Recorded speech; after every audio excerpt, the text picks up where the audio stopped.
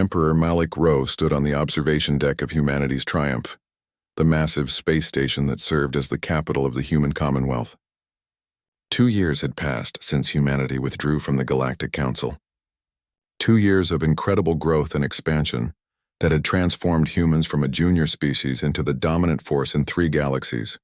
Through the transparent walls, he could see the construction of the first permanent human settlement in the Andromeda Galaxy. Thousands of ships moved back and forth, carrying materials and people to build what would become New Terra, humanity's first extragalactic colony.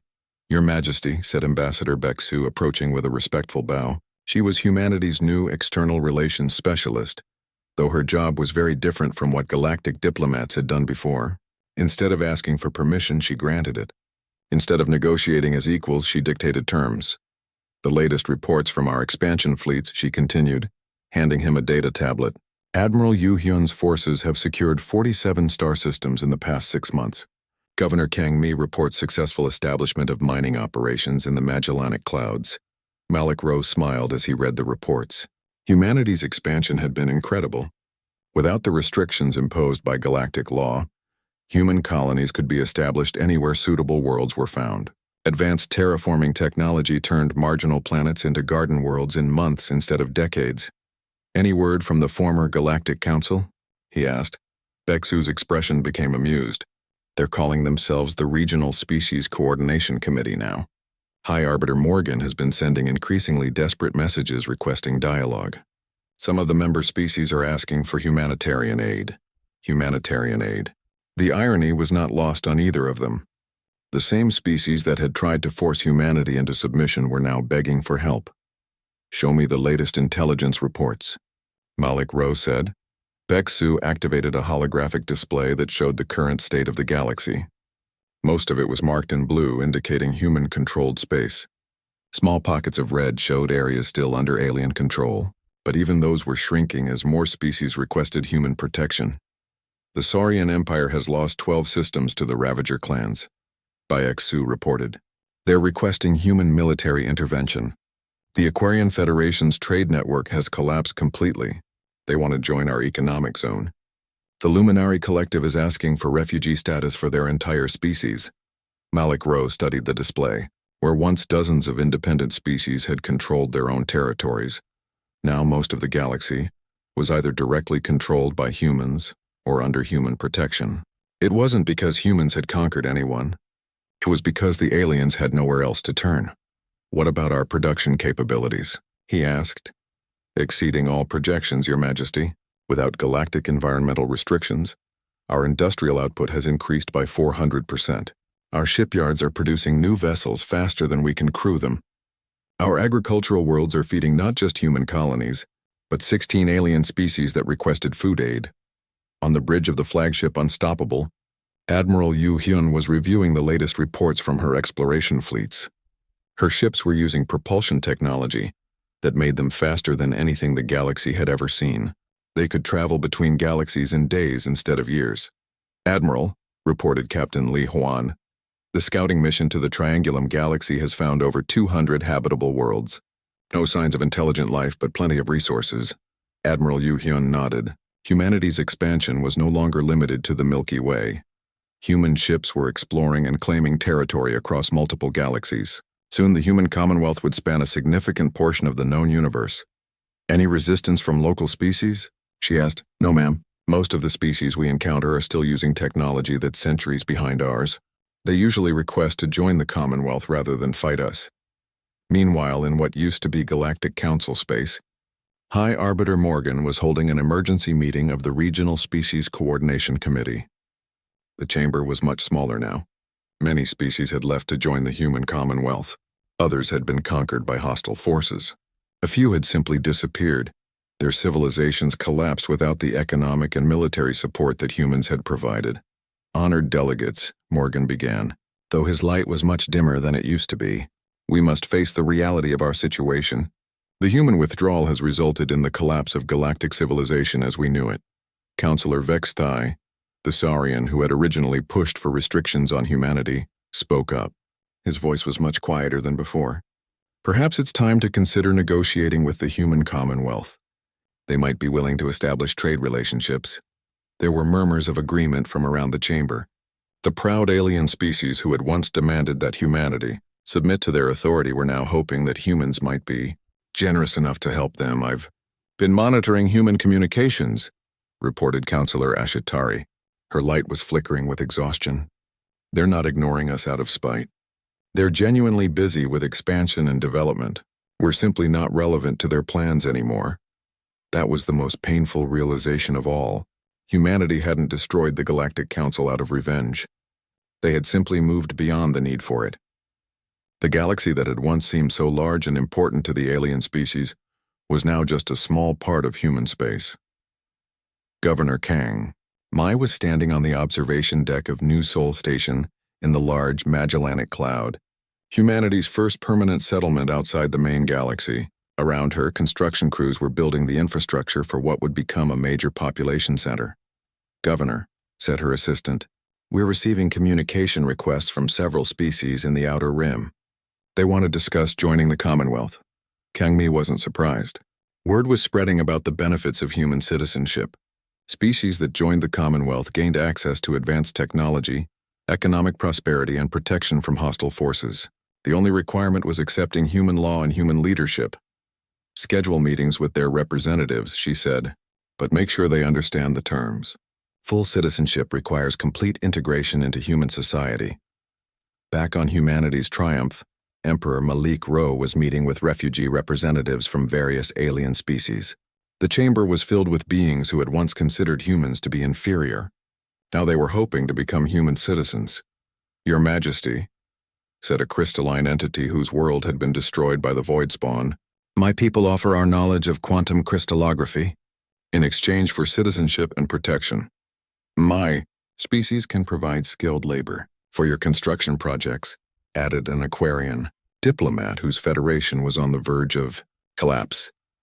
Malik Ro listened to each presentation with patience. These were not conquests or surrenders. These were applications for membership in human civilization. The aliens weren't being forced to join. They were begging to be allowed in. "All applications will be reviewed," he announced. "Those species that can contribute meaningfully to human civilization will be welcomed. But understand that becoming human citizens means accepting human values, human law, and human leadership. We are not recreating the old galactic system with different management. We are building something entirely new." Ambassador Baik Su approached with another report. "Your Majesty, Admiral Yu Hyun requests permission to begin the Virgo expansion project." The Virgo expansion project. That would extend human territory to include the entire local group of galaxies. It was an ambitious plan that would make the human commonwealth larger than the old Galactic Council by several orders of magnitude. "Approved," Malik Ro said, "but make sure our expansion fleets continue to offer membership to any species they encounter. We're not conquerors, we're builders." "Yes, Your Majesty, though I should mention that most species we encounter now request membership immediately. The reputation of human civilization has spread throughout the galaxy cluster." Malik Ro walked back to the observation window.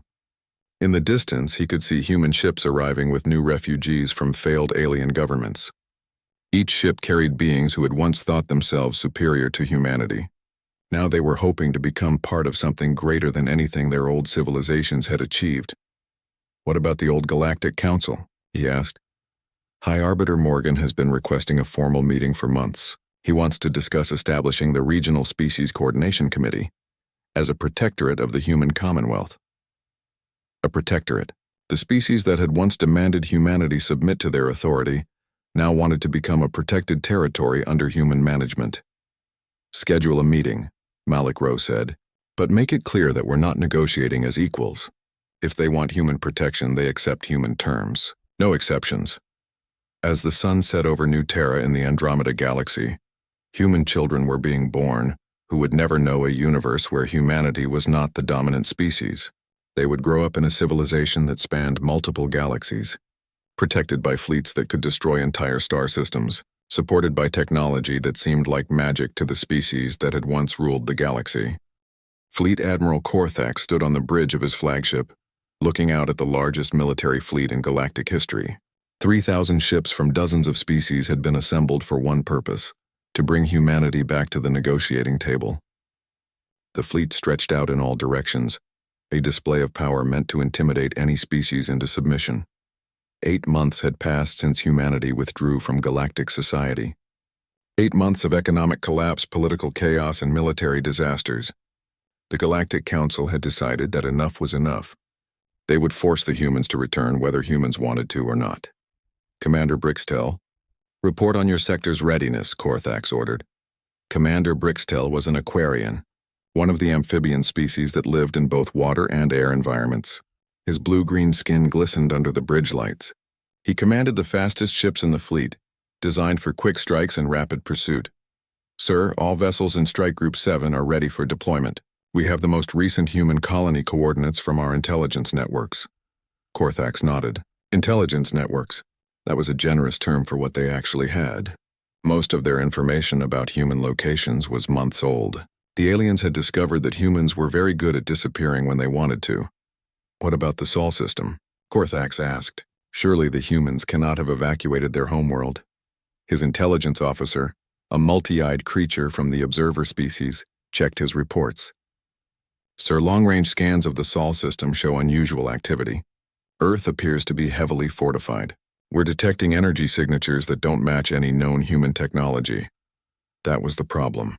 The aliens were learning that there was a lot of human technology they didn't know about. Meanwhile, Captain Otay was watching the alien fleet from a distance that should have been impossible. Her ship, the Shadow Walker, was positioned just 50 kilometers from the alien flagship. Her crew could see the aliens with their naked eyes through the bridge windows. But every sensor on every alien ship showed empty space. Captain, said her sensor officer quietly, they're planning to move toward the Kepler colony first. They think it's still inhabited. Captain Otay smiled. The Kepler colony had been evacuated 3 months ago. The entire population had been relocated to one of humanity's new hidden worlds. The aliens would find empty buildings and automated systems, designed to confuse anyone who tried to investigate. Send a message to Director Young Wu. Tell him that aliens are taking the bait, Director. Young Wu was the head of Human Intelligence Services. He was sitting in a mobile command center that looked like an ordinary cargo ship, but contained the most advanced communication systems in human space. Around him, dozens of intelligence officers monitored alien communications, tracked alien ship movements, and predicted alien strategies. Sir, reported one of his officers, the alien fleet is moving exactly as we predicted. They're following our old star charts and heading for colonies that were evacuated months ago. Young Wu looked at the tactical display showing alien ship positions. Red dots marked enemy vessels. Blue dots showed human ships that the aliens couldn't detect. The aliens were outnumbered 3-1 and didn't know it. What about their communication security? Young Wu asked. Still broken, sir.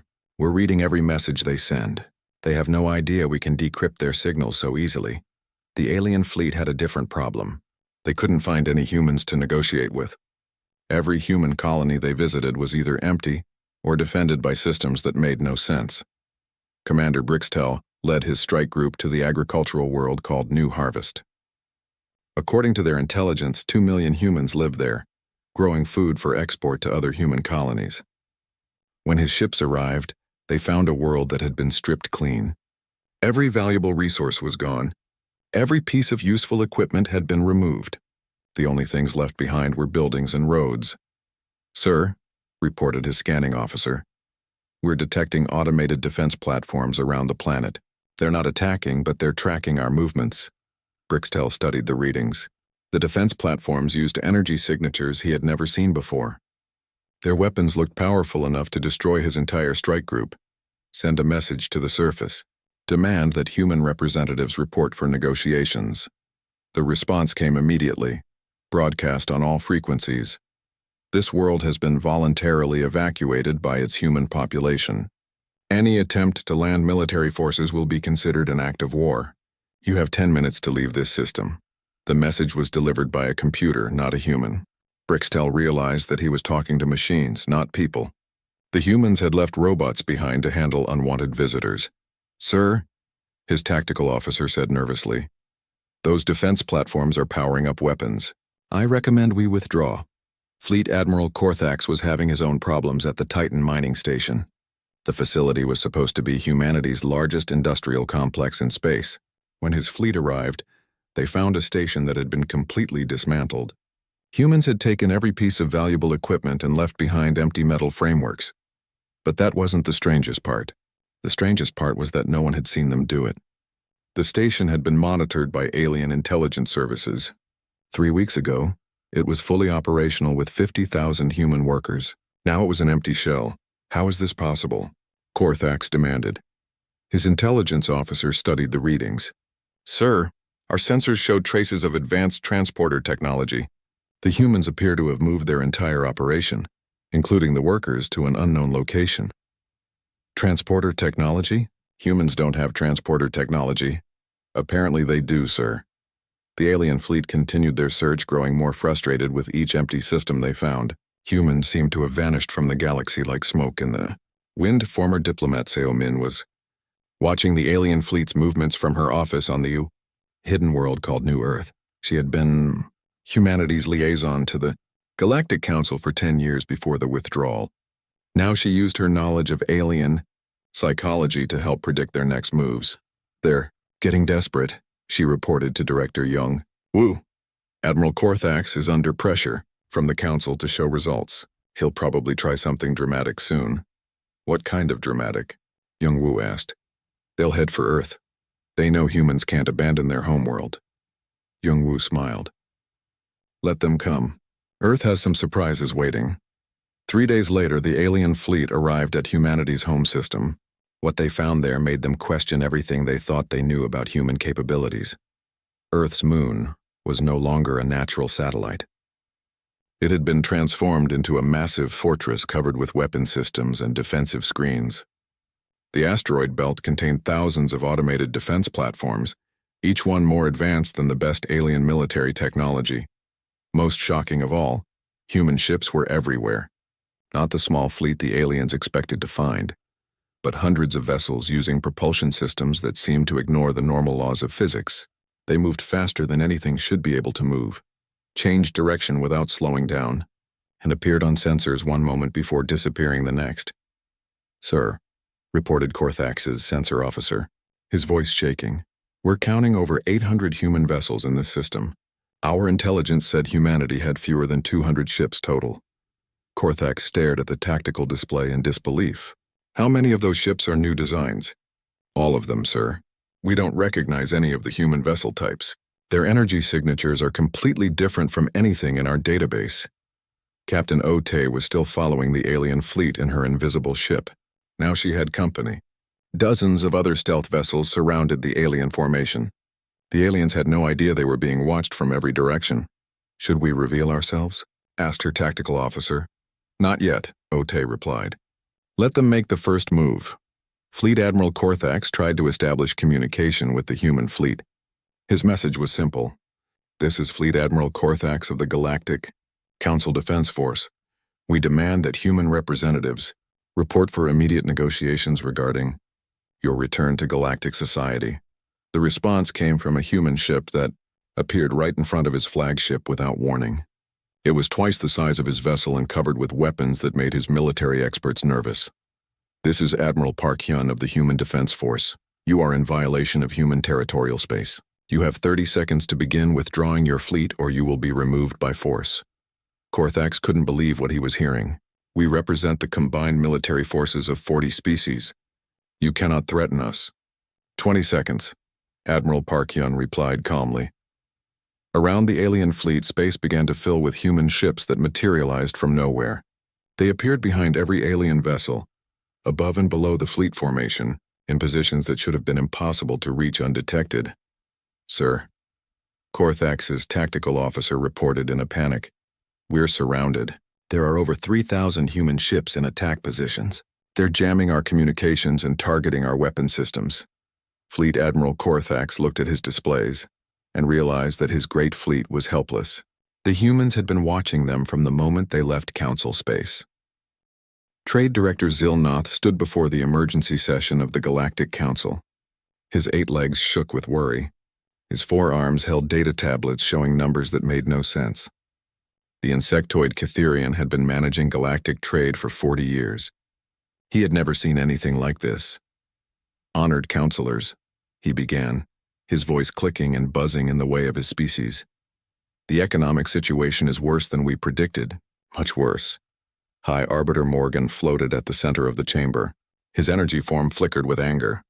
3 months had passed since the humans withdrew from galactic society. 3 months of chaos and confusion. The council had called this meeting to understand what was happening to their galaxy. "Show us the numbers," Morgan commanded. Zilnoth activated his presentation device. Holographic displays filled the air above the council chamber. Graphs and charts showed lines falling like cliffs. Red warning symbols flashed everywhere. Human manufacturing provided 34% of all industrial output in the galaxy, Zilnoth explained. Their factories produced everything from computer components to medical equipment. Without human goods, entire species cannot maintain their technology. Counselor Vextai, the Saurian who had pushed for the restrictions on humanity, shifted uncomfortably in his seat. Surely other species can increase their production to make up for the loss. "That's the problem," Zilnoth replied. "Human manufacturing was so efficient that many species stopped building their own factories. The Aquarians haven't produced their own electronics in 50 years. The Luminari depend entirely on human medical supplies. The Gorthak military uses human weapons and vehicles." More red numbers filled the display. Human agricultural colonies fed 12 different species. Without human food exports, several worlds are already rationing. The crystalline entities who live in the Andromeda sectors haven't eaten in 2 weeks. They may start dying soon. General Thuvok stood up. He was a massive creature from the Gorthak species, covered in natural armor plating and standing nearly 3 meters tall. His people were known as the greatest warriors in the galaxy. Right now he looked worried. "The economic problems are nothing compared to the military situation," Thuvok announced. His voice boomed across the chamber. "Without human peacekeepers, 3 wars have already started." Shocked murmurs filled the room. Counselor Ashatari, a being of pure light from the Luminari species, spoke up. "What do you mean, human peacekeepers? Humans were never officially designated as peacekeepers." General Thuvok laughed, but it was not a happy sound. They didn't need official designation. Whenever aggressive species tried to expand into neutral territory, human ships would appear. They never fired first, but they made it clear that violence would not be tolerated. Most species decided it was safer to negotiate than fight humans. He activated his own display, showing a map of the galaxy. Red zones marked areas of conflict. The Ravager clans have invaded 4 neutral systems. The Hivemind Collective is consuming planets in the Outer Rim. The Void Spawn are expanding from dark space into inhabited sectors. All of these groups were held in check by the threat of human intervention. "And now?" asked High Arbiter Morgan. "Now they know humans aren't coming. They're expanding as fast as they can, taking whatever they want." Meanwhile, in the new Busan system, Governor Lim Yu was watching construction robots work on the largest mining operation in human history. Without galactic environmental restrictions, human colonies could extract resources at incredible speeds. Automated systems stripped valuable metals from asteroids 24 hours a day. "Governor," said his assistant, "Captain Nam Gi reports another discovery." Governor Lim Yu smiled. Captain Nam Gi commanded the deep space exploration vessel Pioneer's Dream. Since humanity stopped following galactic exploration protocols, Nam Gi had been finding new worlds at an amazing rate. Habitable planets that humans could claim without asking anyone's permission. "How many is that this month?" Lim Yu asked. 17 habitable worlds, 43 systems with valuable resources, and 6 planets with unique mineral deposits that could revolutionize our technology. Back in the Galactic Council chamber, the emergency session was getting worse. Counselor Ashatari had been analyzing data from the Luminari intelligence networks. What she discovered made her light flicker with fear. "Honored Council," she began. "We have been monitoring human communications. Or rather, we have been trying to monitor human communications." She paused, looking around the room. "We cannot break their encryption. We cannot track their ships. We cannot even locate most of their colonies. It appears that human technology is far more advanced than they ever showed us." Silence fell over the chamber. Every alien species thought they understood human capabilities. Humans were young, new to space travel, dependent on alien guidance. That's what they had always believed. "How advanced?" asked Vextai quietly. Ashatari's form grew brighter with distress. Our analysts believe humans have been holding back their true technological level for decades. The weapons they shared with us are primitive compared to what they actually possess. Their ships are faster and more advanced than anything in our fleets. Their communication systems use principles we don't understand. General Thuvok stood up again. That's impossible. We've inspected human colonies. We've examined their ships. We've reviewed their technology. They showed us what they wanted us to see, Ashtari replied. Our intelligence suggests that every human colony has hidden defensive systems that we never detected. Every human ship has capabilities that were concealed from our inspections. High Arbiter Morgan's energy form pulsed with anger. For 1,000 years he had led the Galactic Council. Species came to him for guidance and wisdom. He had never been fooled so completely. How could we not know? He demanded. Trade Director Zil Noth spoke up. Because they were polite. They followed our rules. They asked for permission before expanding. They shared their discoveries with the Galactic Commons. They participated in our debates and voted on our decisions. We thought their cooperation meant they needed us. But they didn't. General Thuvok said slowly. They were just being nice. The chamber fell silent as the truth sank in. Humanity had never needed the Galactic Council. They had joined because they wanted to be good neighbors. They had followed galactic law because they believed in cooperation. They had shared their technology because they thought it was the right thing to do. And when the Council tried to force them into submission, humans had simply walked away.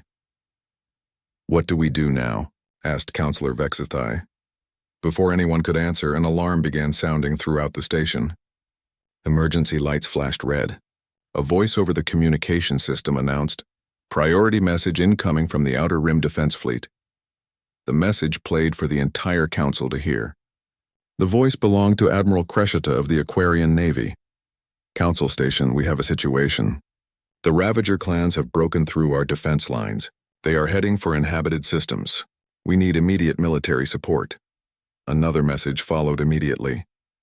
"This is Governor Plexum of the Crystal Gardens Colony. The Hive Mind Collective has reached our system. Our defensive fleet has been destroyed. We are requesting emergency evacuation." Then another. "Void spawn detected in Sector 7. Repeat. Void spawn are moving towards civilian populations. All available military units respond immediately." The Galactic Council looked at each other in growing panic. Without human peacekeepers, the galaxy's predators were running wild. Without human manufacturing, most species couldn't maintain their militaries. Without human logistics, they couldn't even coordinate a response. High Arbiter Morgan's light dimmed with the weight of realization. How many ships can we gather for a defensive fleet? General Thuvok checked his reports. Maybe 300 vessels scattered across dozens of sectors. Most species have limited military production without human support, and without human cargo ships, we can't supply a fleet during extended operations. What about our own production capabilities? Asked Zil Noth. The Gorthak weapon factories depend on human-made components, Tuvok admitted. The Saurian shipyards use human materials and tools. The Aquarian fleet runs on human-designed engines. Without human industry, our military production is down 80%. The chamber filled with the sound of panicking aliens. Representatives shouted in dozens of languages. Some demanded immediate action against humanity. Others called for surrender. A few suggested abandoning their home systems and fleeing to safer parts of the galaxy. High Arbiter Morgan raised his energy output, flooding the chamber with bright light. The noise stopped. "We need to contact the humans," he announced. "We need to negotiate." "They're not talking to us," Ashatari replied. "Our diplomatic messages go unanswered. Our trade offers are ignored. It's as if humanity has forgotten we exist." The truth was even worse than that. Humanity hadn't forgotten about the Galactic Council. They just didn't care anymore. While the aliens argued and panicked, humans were busy building a new civilization that didn't need anyone's permission. The galaxy was learning what happened when you threatened the wrong species.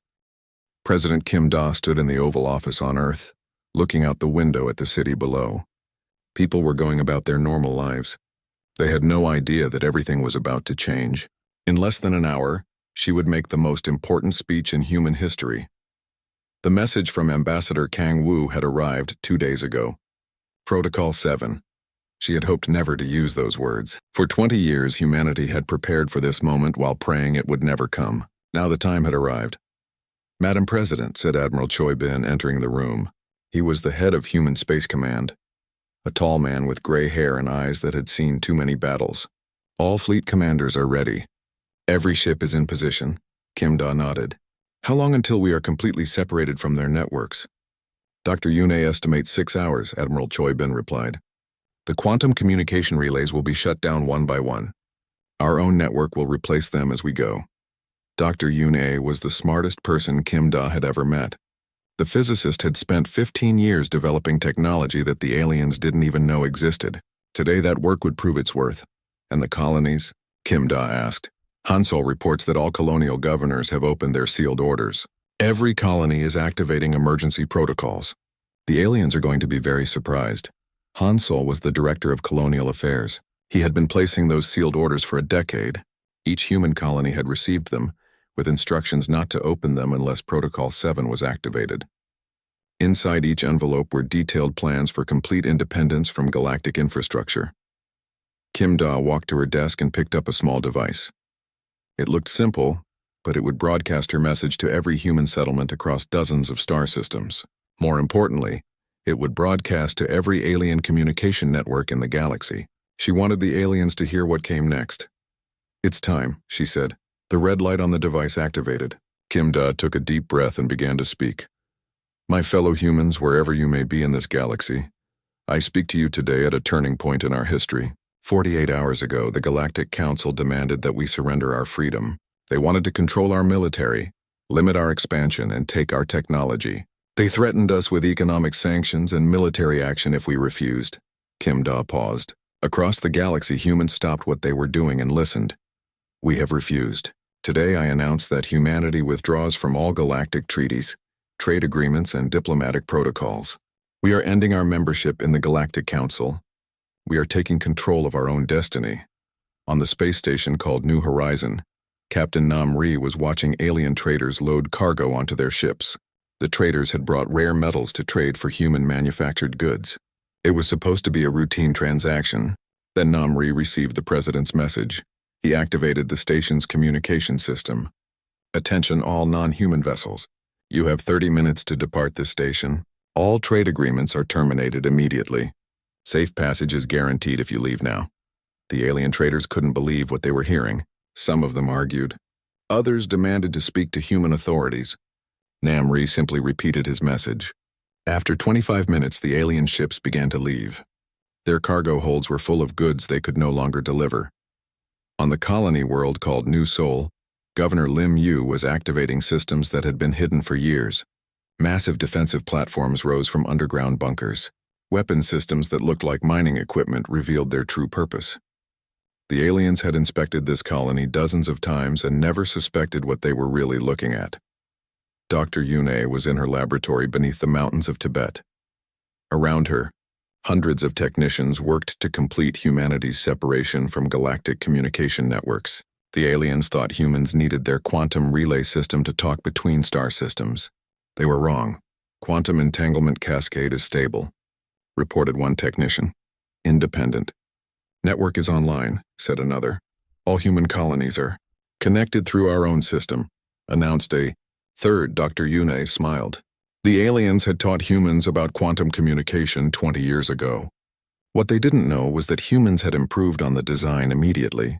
Human quantum networks were faster, more secure, and completely independent of alien infrastructure.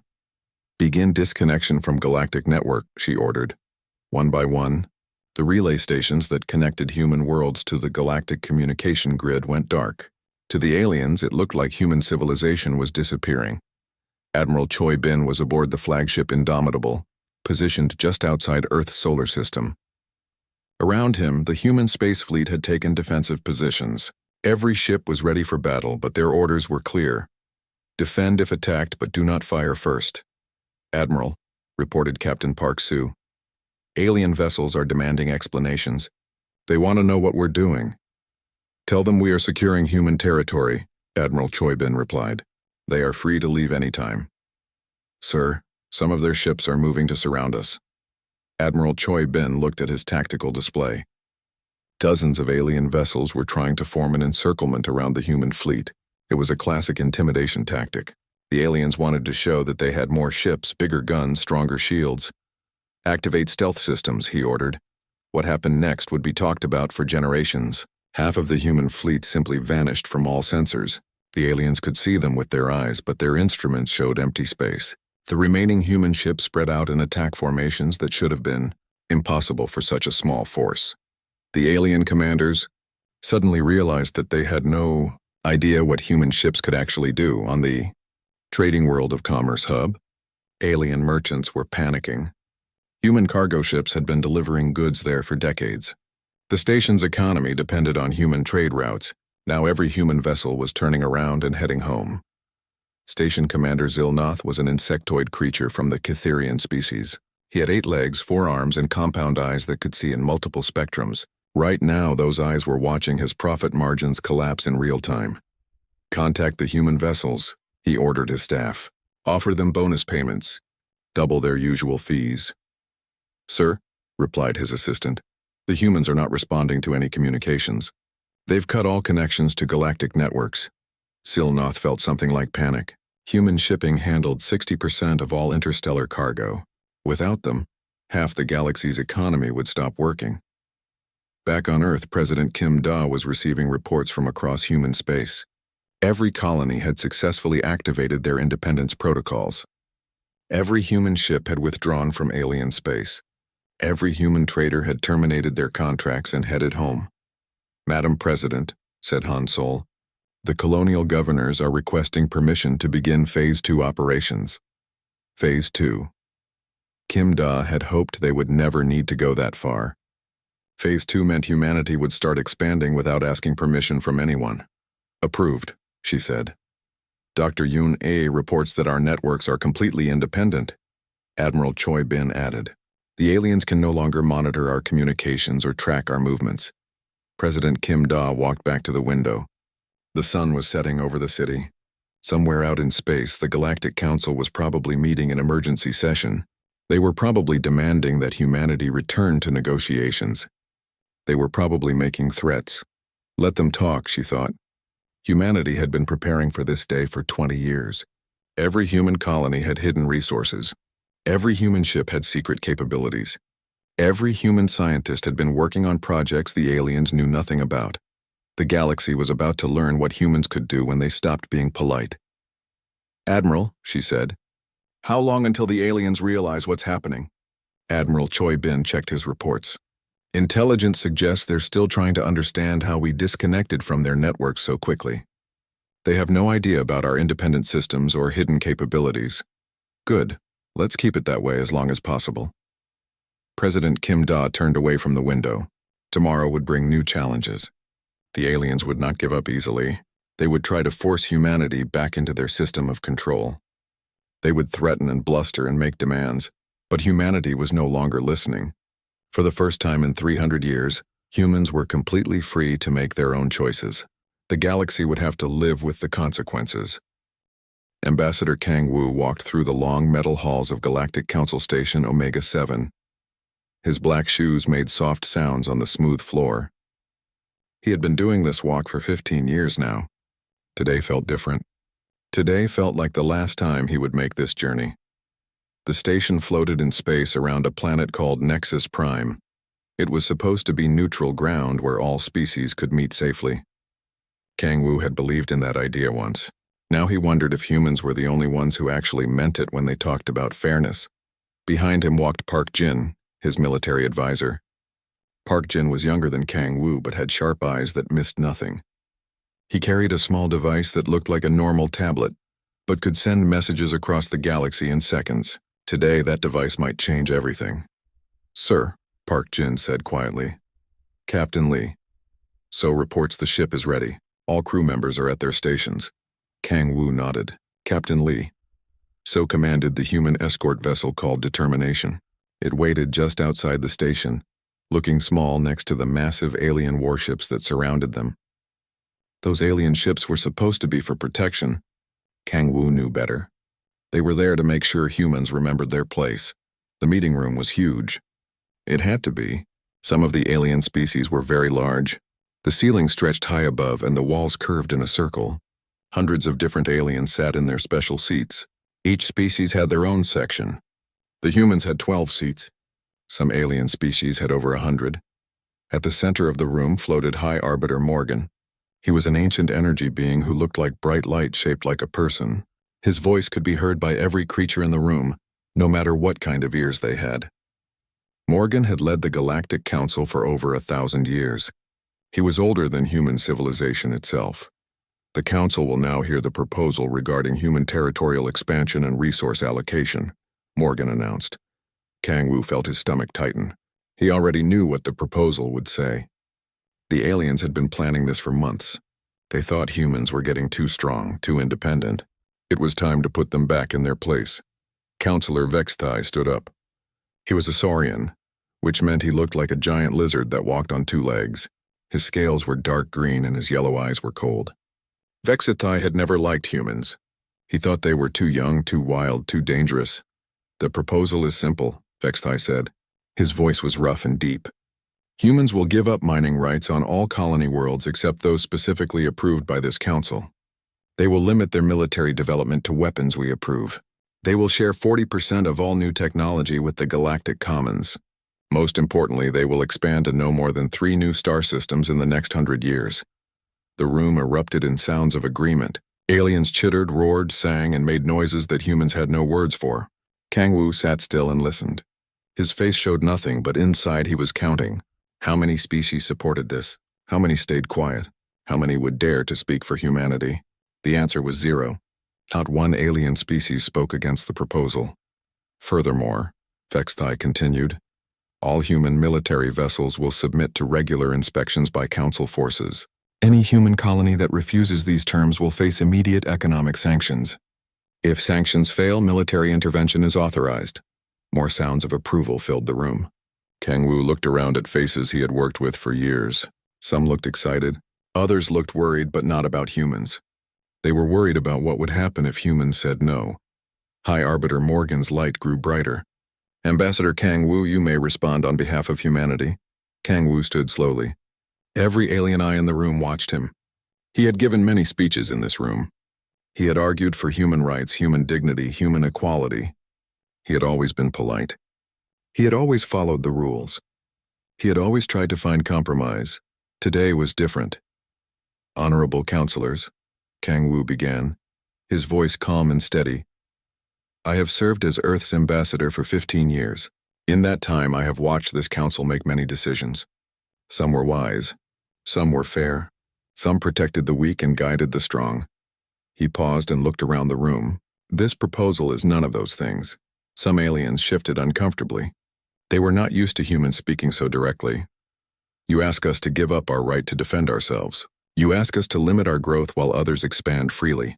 You ask us to share our knowledge while keeping your secrets.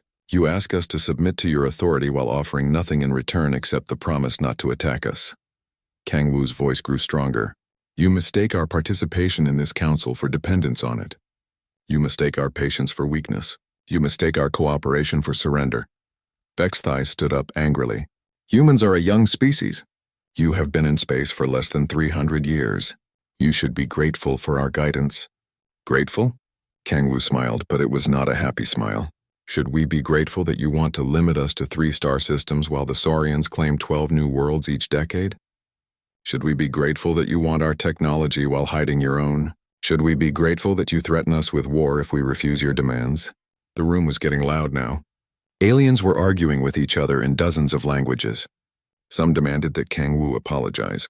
Others wanted him removed from the station immediately. High Arbiter Morgan's light flashed and the room fell silent. Ambassador Kang Wu, you will accept the Council's decision or face the consequences.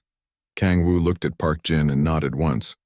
Park Jin activated his device and typed a short message. Protocol 7, authorized. The message traveled faster than light across the galaxy. It reached every human colony, every human ship, every human station. It was only 3 words, but those words would change everything. Kang Wu looked up at High Arbiter Morgan. We reject your proposal. We reject your authority. We reject your council. The room exploded in chaos. Aliens shouted and roared and screamed. Some jumped from their seats. Others activated emergency communicators to contact their home worlds. Furthermore, Kang Wu continued, his voice cutting through the noise, humanity withdraws from all galactic treaties, effective immediately. He turned and walked toward the exit. Park Jin followed. Behind them, the Galactic Council dissolved into panic. As they reached the door, Kang Wu stopped and looked back one last time. You wanted to know our place in this galaxy, he said. Soon you will learn that our place is wherever we choose to put it. Outside the meeting room, Captain Lee So was waiting with a security team from the Determination. Sir, the ship is ready to depart immediately. Kang Wu nodded. Take us home, Captain. We have work to do. As their shuttle flew away from the station, Kang Wu looked out the window at the alien warships. They were not moving to stop the human vessel. They were too shocked to react. Behind them, the Galactic Council was learning that humanity had never needed their permission for anything. They had just been polite enough to ask for it. That politeness had just ended.